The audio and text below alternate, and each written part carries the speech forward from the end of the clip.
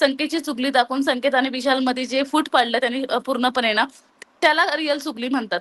आणि आज त्यांचा प्लॅन सक्सेस झाला की त्यांनी फूट पाडली. जर विशाल आणि संकेतमध्ये जर खरंच जर फूट मला वाटत नाही की ह्या वीकमध्ये तरी पडेल.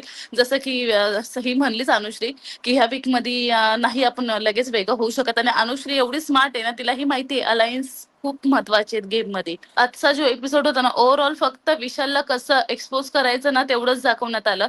देवाला लागत होतं. मलाही वाटलं की ते कदाचित ती मुद्दाम देखील रडत असेल किंवा त्याने सोडलं पाहिजे होतं. त्यांनी एक गोष्ट पटकन बोलला गेला की भाऊ मला असं वाटलं 10 आठवड्यानंतर तुम्ही मला कॅप्टन्सीची म्हणजे मला तुम्ही विश कराल. तर तिथे थोडंसं रितेश गडबडल्यासारखं वाटलं मला. क्लिअर त्यांनी आज जे ग्रुप तोडण्याचा प्रयत्न केला, पुरेपूर प्रयत्न केला, ते क्लिअर कट दिसण्यात आलं की बाबा आज पूर्ण विशालच्या अगेन्स्ट सगळ्यांना करत गेला तो. पण मला कळत नाहीये जर असंच आहे ना तर विशालला काढा ना बाहेर. आम्ही स्वतः सपोर्ट करतो की काढा त्याला बाहेर, त्याला आणा नॉमिनेशन मध्ये. आम्ही नाही हे करत.